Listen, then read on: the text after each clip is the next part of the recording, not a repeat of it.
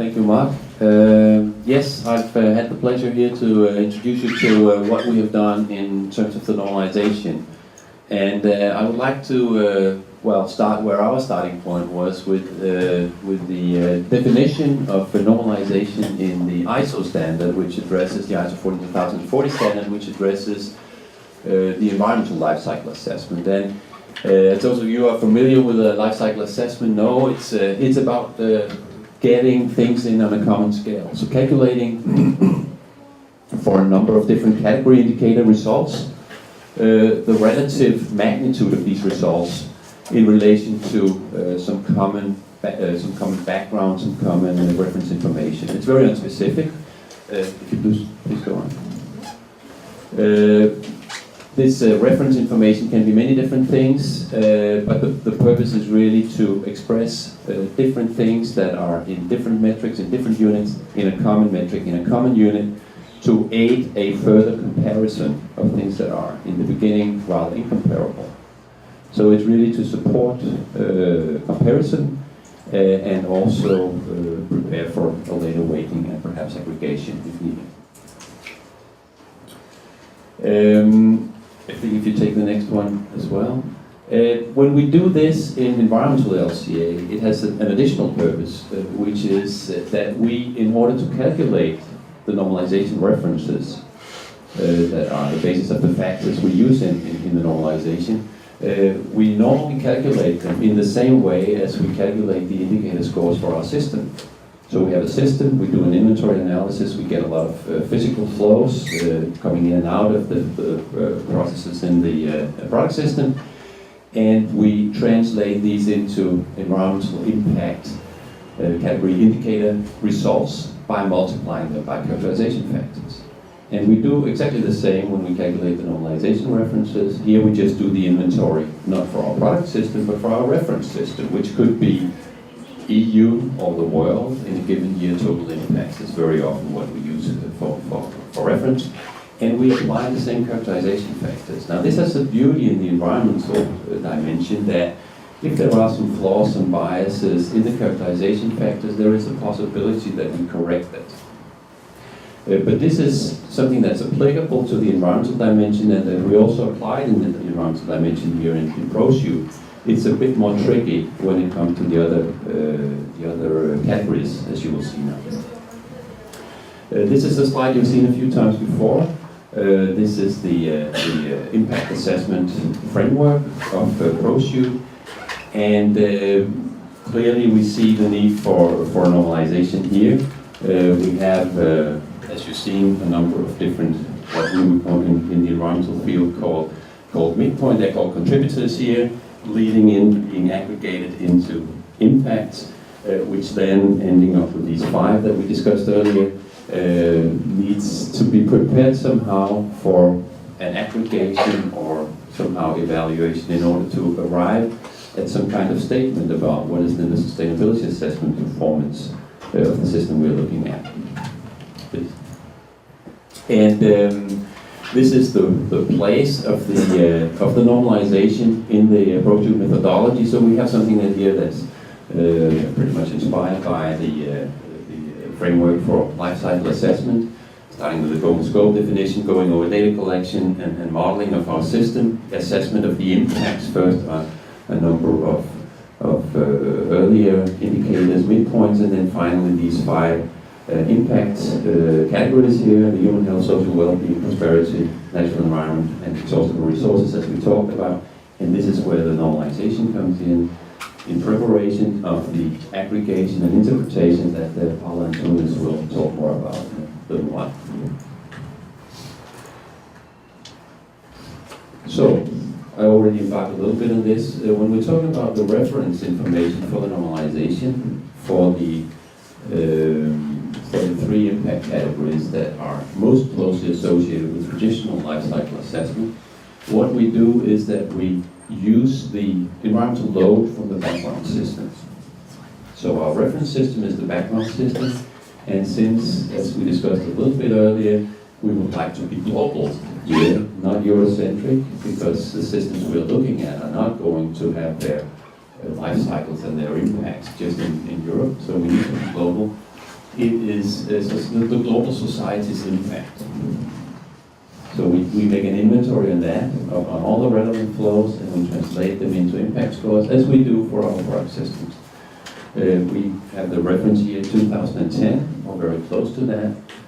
So we developed a normalization reference for that. It's a global average person in the year 2010. That means that we express the impacts of whatever technology, product, whatever we're looking at, in person equivalents for a global average person, 2010. For human health, in addition to the environmental loads, we're also looking at the occupational damages. It was described by Lex a little bit earlier how we quantify these or model these for the technology that we're looking at, the product we're looking at. And for the normalization reference, we included occupational damages based on the same WHO statistics that are used for the impact assessment. So the normalization reference for human health includes not just the environmental exposure, but also the occupational exposure. And I should say here that when we're looking at the balance between the two, we find actually that occupational exposure contributes a bit more than what Lex showed for the case studies, these two examples. So it's not definitely not irrelevant to have the occupational exposure here. When we're looking at the total picture, it's more even actually. The human health impact from environmental exposure and the human health impact from occupational exposure when we translate it into disability adjusted life years. Yeah, and as I said, for these we were able to calculate the factors using the social characterization factors. For prosperity, what is the impact indicator there? This is global per capita gross domestic product in the year 2010. And it is calculated using the model that Richard already talked about, the Themis model, simply as the sum of all the regional GDPs. He mentioned that there were 9 regions in the model. The sum of the GDPs, including compensation of employment, gross operating surplus, and net taxes. For the social well-being, normalization references are not defined at the impact level. Rather, as Andrea demonstrated, a normalization is used to go from the contributors, so the 5, or I think actually it has 6, I had 5 here, but anyway 6 quantified contributors. So these impacts that were quantified, presented as quantitative scores, to take them to the impact level, we use this formula. So there are normalization references at an earlier stage. If you go on to the next slide, I think it may, yeah, please go on. If you imagine that we're moving either the graph a little bit in this direction or the red ellipsis a little bit in that direction, you'll get the idea of this animation, which is that we're providing normalization factors both at the level of contributors and at the level of impacts. And this is what is used for the impact on social well-being. The normalization is used here to get us here. Or rather, it does not provide an impact result here. You can say the weighting and the normalization is integrated. I think I'll not go too much into it because I think maybe Paula will talk about it. Maybe she won't. Okay, if you just go one slide back. Yeah, no, yeah, back again. One back again. Can you go right? There. The point is that this is the normalization. This is where we take the impact, the result for our system, and we divide it by a normalization reference. But for the social dimension, we're doing the weighting at the same time. For the other dimensions, we take the impact of the system and we divide it by the normalization reference. And then we do a weighting later. For the social dimension, we do the weighting already in the integration. So there's a little bit difference in the applied methodology there. And you may go on to the next slide. So I wouldn't take you through all the many figures that are here. There are normalization references for the environmental and the economic impacts, also at the contributor level. So we have normalization references for each of the different categories, global warming, climate change, acidification, land use, and so forth. We're providing those, as well as we're providing the normalization references at the impact category level here, so ecosystem quality, human health, and natural resources. So there's a whole library of new, updated global references there. And likewise for prosperity, I think there's something like 10 underlying categories behind the GDP, and the normalization references are also provided for that.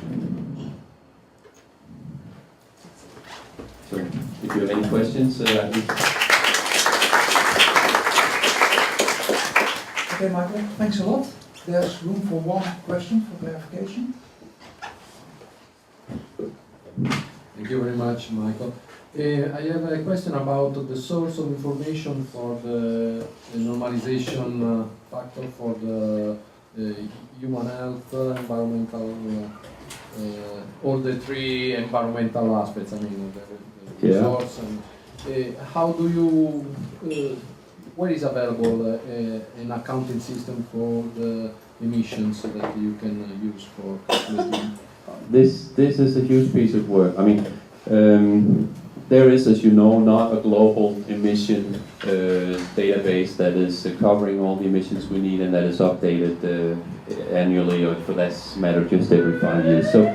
So what we have done there is that we have based ourselves on the best available data that we can get, and that varies a lot between the different types of impact, what is available, as you probably know, both in terms of the details, which factors or which substances are reported, and also how frequently are they updated, how recent are they.